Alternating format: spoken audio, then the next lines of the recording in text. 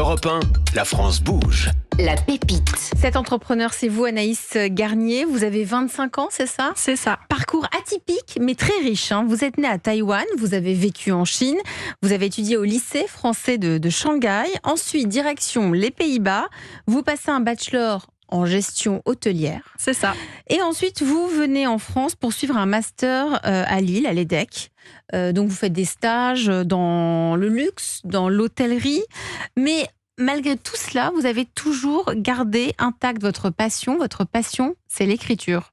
C'est ça. Racontez-nous. J'ai toujours été une grande lectrice. Et au lycée, j'ai franchi le pas vers l'écriture. Et j'ai commencé à écrire et j'ai publié en auto-édition plusieurs romans. Dont un qui a eu la chance de faire un carton sur une plateforme gratuite. Et avec 1 million de vues, j'ai commencé à recevoir des contrats de plateformes qui rémunéraient, mais pas forcément des contrats qui m'allaient. C'est-à-dire, ça veut dire quoi, des contrats qui m'allaient pas ? Beaucoup de contrats que j'ai reçus sont assez prédateurs. Ça veut dire quoi, les contrats prédateurs ? Qu'ils voulaient prendre soit partiellement, soit l'intégralité de mes droits d'auteur. Ah oui. Donc, par exemple, une plateforme sur laquelle on peut être rémunéré, mais au moment où on veut retirer son livre, en fait, c'est pas possible. Plein de petits éléments comme ça qui. Donc ça ne vous a pas plu et pas très. C'est ça. Et les grandes maisons d'édition, vous n'y avez pas pensé ? J'y ai pensé, mais c'est vrai qu'avec 2% de chance d'être intégrée dans une maison d'édition, j'ai pas tenté. Ça fait sourire Véronique Cardy. J'ai pas tenté. Après, j'étais au lycée. C'est vrai, c'est 2%, Véronique Cardy. C'est 2%. Je sais pas si c'est 2%, mais on reçoit énormément de manuscrits. Bien donc, sûr, oui. Et il y a combien de personnes qui reçoivent les manuscrits ? Comment c'est organisé ? Alors moi j'ai toute une équipe éditoriale, Ils sont nombreux ? une dizaine de personnes entre les assistantes éditoriales, les directrices littéraires, moi-même qui lis directement. Donc non, on est nombreuses et nombreux, puisqu'il y a quand même des hommes aussi, à considérer tous les manuscrits qui nous arrivent. Après, c'est des chiffres, je suis sur un marché qui est principalement anglophone, donc c'est des chiffres qui peuvent être aussi plutôt rassociés à des marchés anglophones comme ceux américains. Donc pourquoi vous êtes sur un marché anglophone alors que vous êtes française et que vous entreprenez en France ? Alors, pour plusieurs raisons. Donc, déjà, avec mon parcours qui est un peu international, j'ai toujours écrit en anglais. Donc j'ai développé moi ma propre communauté qui est principalement avec des lecteurs qui sont anglais. Donc c'est pour bénéficier en fait au début de ce boost grâce à ma propre communauté et aussi parce que c'est le plus gros volume. Tous ceux qui écrivent en anglais, ça représente la majorité, enfin pas la majorité, pardon, mais une grosse partie des écrivains et des lecteurs dans le monde. Donc vous n'avez jamais été salarié, beaucoup de stages et vous vous lancez donc dans l'entrepreneuriat, ce qu'on comprend à travers déjà le succès de votre premier livre auto-édité. Vous avez donc eu l'idée de créer We Inc, ça s'écrit W-E-L-N-K. W-E-I-N-K. Ah, W-E-I-N-K, d'accord. C'est beaucoup plus clair, parce que je vous ai cherché partout, je ne vous ai pas trouvé. Donc, il y a une confusion avec le I majuscule en fonction des... D'accord, W-E-I-N-K. Vous allez nous raconter ce que c'est pendant 1 minute, et puis on va revenir, ok ? Allez, on vous écoute, c'est à vous. Wink, c'est une plateforme gratuite qui permet aux écrivains passionnés de fiction de vivre de leur talent. On retire la barrière financière à la culture littéraire en proposant tous les livres gratuitement, tout en rémunérant tous les auteurs par le biais de publicité, donc un peu style le YouTube des livres, ou par la vente annexe aux livres, donc par exemple des chapitres bonus, des chapitres en avant-première, des audiobooks.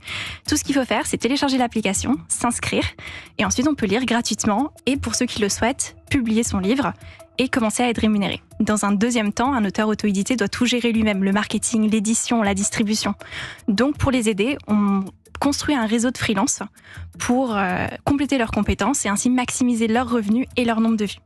Wink a été lancé sur Android en juin 2023 et on est déjà présent dans 176 pays avec plus de 4000 utilisateurs et une communauté de plus de 20 000 abonnés sur les réseaux sociaux. Et c'est donc disponible sur Google Play Store et aussi en précommande sur l'Apple Store.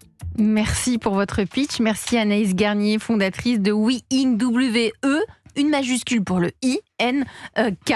Quel regard portez-vous sur cette start-up, Véronique Cardy ? Vous êtes la directrice générale des éditions Jean-Claude Lattès. Alors que je découvre, mais c'est assez logique puisque c'est donc de l'anglophone, enfin des auteurs anglophones. Donc, je n'ai pas forcément l'œil sur ça, même si on publie de la littérature étrangère que les éditeurs et agents étrangers nous soumettent. Moi, Ma seule limite, c'est bien sûr l'accès gratuit à la lecture, puisque c'est vrai qu'on est par ailleurs sur un modèle, le marché du livre, où quand on publie un auteur, il est bien entendu rémunéré, et toute la chaîne qui se met en œuvre implique et explique le prix final de l'objet livre, et que habitué à avoir accès à des livres gratuitement, c'est vrai que ça ne joue pas pour une juste rémunération de toute la chaîne du livre. Mais, Comment vous comptez les rémunérer? Donc, c'est quoi les outils que vous mettez en place, Anaïs Garnier? Parce que vous nous avez parlé d'outils pour la juste rémunération. Alors, dans un premier temps, on a les publicités, donc un peu comme je mentionnais, un peu style YouTube. Donc, entre des chapitres, il y a des publicités. Donc, ça permet aux lecteurs en fait de lire. Ils sont interrompus. Donc, tout est en ligne. Tout est en ligne. Tout est sur le smartphone. Voilà, tout est en ligne. Et dans un deuxième temps, on a aussi tout ce qui est annexe à l'auteur. Donc, c'est-à-dire que énormément d'auteurs aiment publier leurs livres au fur et à mesure qu'ils l'écrivent. Ah, c'est marrant ça. Oui. Donc, ça nous permet d'avoir certains... Mais comme une série alors. C'est ça, comme le une chapitre série. 2 et je suis en train d'écrire le chapitre 3, affaire à suivre. Exactement. Ah oui, je l'aurais pas cru. Et donc, ce qui peut être mis en place, c'est par exemple des chapitres en avant-première. C'est-à-dire que le livre reste gratuit, mais un auteur peut choisir de publier un chapitre en avance pour ceux qui le souhaitent. Par exemple, pour 20 centimes, on a le chapitre d'après. Et ce qui permettra en fait d'accumuler plein de petits revenus pour les auteurs pour qu'au final, ils gagnent plus que ce qu'ils gagnent actuellement. Un auteur auto-édité actuellement gagne environ 4,15$ par lecteur. Et nous, l'objectif, c'est d'aller au-delà de ça pour les auteurs auto-édités. Là, vous parliez du marché anglophone. Est-ce que vous vous intéressez au marché français? Est-ce que vous êtes aussi dessus? Pas tout de suite. Parce que vous êtes quand même incubé à Station F, donc il y a beaucoup de choses qui se passent en France. Oui, alors on n'est pas encore sur le marché francophone. Là, l'objectif, c'est vraiment le marché anglophone, mais par la suite, on arrivera au marché francophone. Fleur Egnel, je me tourne vers vous. Vous êtes la coach de ce soir, vous êtes la déléguée générale de Willa. Que pensez-vous de la start-up, de ce projet? Mais alors moi je suis impressionnée, je suis vraiment impressionnée par une personne qui à 25 ans monte sa propre boîte, donc vraiment bravo. Merci. Et parce surtout, que vous en voyez tous les jours, faut le dire. Exactement, nous on voit plus de 500 femmes qui se lancent dans l'entrepreneuriat chaque année et la moyenne d'âge chez nous est plutôt aux alentours de 38 ans. Donc un peu plus âgé. Mais surtout, je suis impressionnée par le fait que tout soit en anglais et que vous vous adressiez à un marché anglophone, mais impressionnée dans le bon sens. Parce qu'en fait, en France, on a souvent l'habitude de, du coup, rester sur un marché français, mais qui en fait est un tout petit marché. Et c'est rare de voir des entreprises se lancer et penser à l'inverse. Oui, c'est ça, vous avez raison de dire que c'est l'inverse. En général, les startups qu'on reçoit, on s'intéresse au marché français, francophone, européen, et ensuite on essaye d'aller outre-Atlantique. Exactement. Ouais. Et là, je trouve que tout de suite, en fait, ça donne une perspective d'évolution et un marché qui est colossal. Et ça le montre d'ailleurs quand vous dites que vous êtes déjà dans 176 pays. C'est incroyable. Avec moins d'1 an d'existence. Ouais. Non, c'est vrai. Non, bravo en termes de. Et puis elle se différencie complètement parce qu'il n'y a pas de concurrence là-dessus. Exactement. C'est aussi un point très important, c'est que je trouve que c'est très complémentaire justement à ce que vous faites dans les éditions plus classiques. C'est que là, vous allez répondre à un vrai besoin. Aujourd'hui, l'auto-édition, justement, il n'y a pas de réponse globale et parfaite. Et vous l'avez cité, il y a de la concurrence parce que le marché est important. Oui. Le marché augmente. Donc la concurrence va augmenter. Donc il va y avoir un enjeu bien sûr de différenciation et d'apporter une proposition de valeur qui continue de répondre aux enjeux. Mais c'est très complémentaire et dans un marché où il y a un réel besoin. Il y a un réel besoin. C'est de l'auto-édition. L'auto-édition, c'est vrai qu'il y en a de plus en plus. Est-ce que vous, dans votre business model, Anaïs Garnier, vous pensez que vous allez être rentable dans combien de temps? C'est quoi l'idée? Parce que j'ai l'impression que ce sont des tout petites sommes à chaque fois qui sont impliquées. Alors pour nous, on prend une commission sur tous nos flux de revenus. Donc comme je mentionnais, on a les publicités, on a tous les revenus annexes aux auteurs. Et à chaque fois, c'est une petite commission. On prend une petite commission et on a aussi le portail, la marketplace freelance qu'on partage à nos auteurs où on prend pareil une commission sur les projets. Donc à chaque fois, le cumul de toutes ces commissions fait qu'au final, on est rentable. Et on compte être rentable à partir du moment où on a mis en place tous nos flux de revenus. Donc avec 1 an d'existence, ils ne sont pas encore tous mis en place. Mais on devrait atteindre rentabilité d'ici 2025. Et en termes de modèle économique, je me posais une question sur justement sur la différenciation par rapport à la concurrence. Est-ce que ça pourrait être pertinent de développer des services complémentaires aux auteurs? Typiquement, je ne sais pas, des services de graphisme, de relecture. Exactement. Donc ça fait partie justement des freelances qu'on a sur cette marketplace. Donc il faut savoir que chaque auteur a un parcours qui est très différents. Ça peut être quelqu'un qui a étudié des maths comme si ça peut être quelqu'un qui a étudié du commerce. Donc ils n'ont pas forcément les mêmes besoins et c'est pour ça aussi c'est du coup un peu à la carte où ils peuvent choisir sur cette marketplace de freelance ce dont ils ont besoin. S'ils ont besoin de refaire une première de couverture, ils ont besoin de quelqu'un pour relire, ils ont besoin d'influenceurs sur BookTok par exemple pour promouvoir leurs livres. Donc c'est vraiment 3 piliers, qualité, visibilité et branding. Donc s'ils veulent par exemple faire un marque-page, un audiobook, une traduction, en fait on s'allie avec des freelances, avec des experts pour les aider sur ces différents domaines. Véronique Cardy, vous êtes la directrice générale des éditions Jean-Claude Lattès. Est-ce que là, on est face à un nouveau modèle économique de l'édition ? Alors, l'auto-édition, ça existe depuis quelques années, avec des nouveaux modèles de toutes parts. Ce qui est intéressant, en tout cas, ce qu'on a observé jusque-là, parce que effectivement, il y a des succès d'auto-édition qui sont apparus sur des plateformes. Alors, Amazon Publishing forcément étant la première.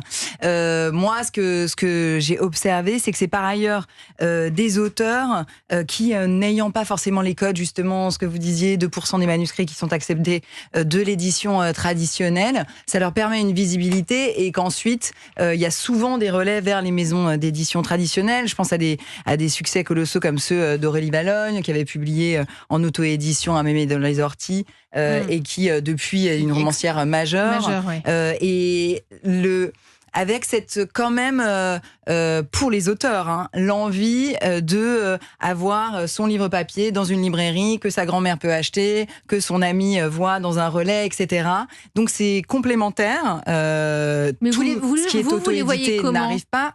Nous, les éditeurs font une veille par ailleurs sur aussi les phénomènes d'auto-édition.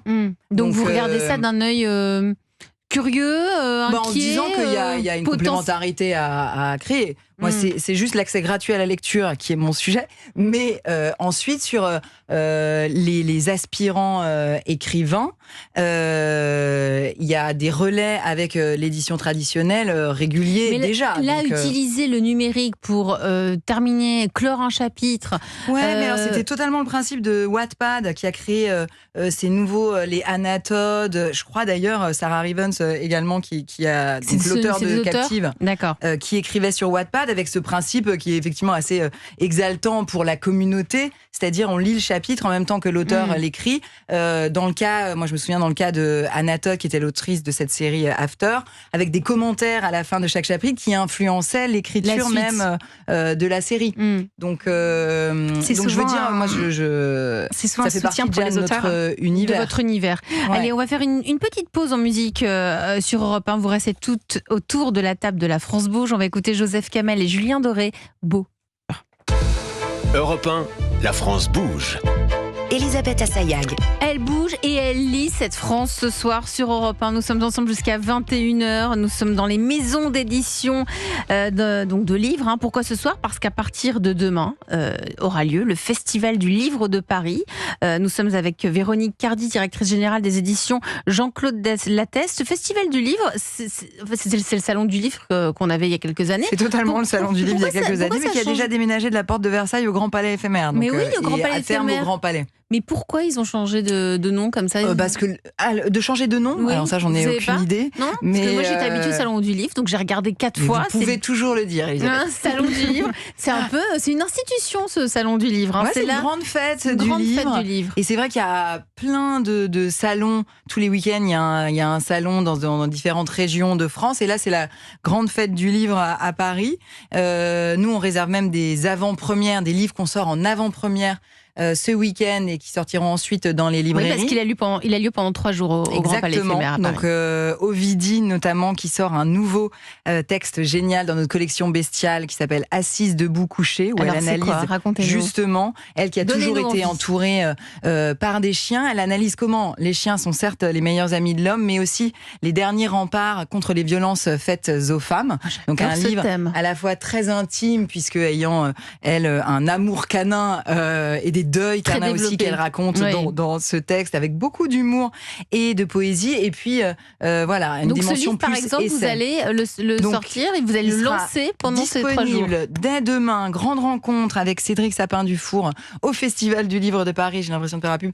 Donc, Non, mais donc c'est une façon aussi de découvrir des auteurs et des nouveautés. Et c'est vrai que c'est l'occasion de lancer des textes, même pour nous en avant-première. Les Giacometti Raven aussi, dont on sortira dimanche, qui ont une grande rencontre dimanche et dont on sortira La Clé et la Croix avant la parution en librairie. Thriller qui mêle une intrigue à la succession contemporaine, grande dynastie milanaise dont le patriarche meurt et qui nous ramène à une enquête dans le Paris napoléonien. Voilà, c'est tout un programme, ce salon du livre de Paris qui démarre demain au Grand Palais éphémère. L'autre enjeu de la lecture, c'est d'attirer les jeunes. Et pour cela, on est ravis aussi d'avoir, il y a vous, évidemment, de Jean-Claude Lattès, puisque vous avez développé 2 labels, Grenade et Nouveaux Jours. Et nous sommes aussi avec la start-up de ce soir, avec Anaïs Garnier, qui est la fondatrice de We Inc. C'est de l'auto-édition. Tout fonctionne avec votre communauté. Alors, ce qui fait votre singularité, c'est que vous attaquez directement au marché anglophone avant d'aller au marché francophone, tout en étant incubé actuellement à Station F. C'est ça, à EDEC Entrepreneur à Station F. Ouais, alors, si vous êtes parmi nous ce soir, Anaïs, c'est aussi parce que vous avez des besoins de développement, des besoins de lever des fonds. Quelle est votre priorité aujourd'hui pour développer votre entreprise? Alors, on va lancer une levée de fonds en BSAR à partir du mois prochain où on commencera à contacter des investisseurs. On aimerait lever 450 000 € pour en fait agrandir notre équipe technique et pouvoir vraiment accélérer dans notre développement et aussi pour lancer nos premières campagnes marketing, car actuellement tout a été fait sans marketing. Dépense. Mais vous nous le disiez avant le disque, avant la chanson, il y a parfois aussi des phénomènes d'écriture de livres en même temps que la communauté. Vous visez qui en fait? Là, vous visez les jeunes particulièrement, même des très jeunes? Oui, donc on a, nous, sur la plateforme, on a principalement des personnes qui ont moins de 25 ans. Elles ont moins de 25 ans, mais... C'est la majorité de nos utilisateurs, même si on a bien sûr... plutôt 10-15, 15-20, c'est quoi moins de 25 ans? Alors, 18-25 ans reste la plus grosse part, mais on a aussi des mineurs qui sont là pour lire, pour écrire... Ça peut être un levier pour pouvoir réconcilier les jeunes, les écrans et la lecture, former ce trio. Pour répondre à vos besoins, évidemment, comme chaque soir, on a un coach. Ce soir, c'est vous, Flore Egnel. Vous êtes la déléguée générale de Willa et vous avez étudié attentivement les besoins de la start-up. Europe 1. Le réseau La France Bouge. Flore, quels conseils pourriez-vous donner? Comment aider ce soir Anaïs Garnier, la fondatrice de We Inc? J'ai envie de dire déjà en ouvrant son carnet d'adresses, c'est quand même le principal. Et comme vous le disiez, là, il y a un enjeu de financement, donc d'aller lever des fonds. Donc moi, tout simplement, chez Willa, je peux bien sûr vous mettre en avant auprès de notre communauté d'investisseurs et d'investisseuses. J'aime beaucoup d'ailleurs quand j'ai la chance d'avoir une start-upeuse en face de moi, parce que je peux vous proposer de vous accompagner chez Willa. Notamment, on organise des Women Pitch Party. Donc on fait pitcher des start-upeuses devant des investisseurs. Donc la prochaine aura lieu à l'automne 2024.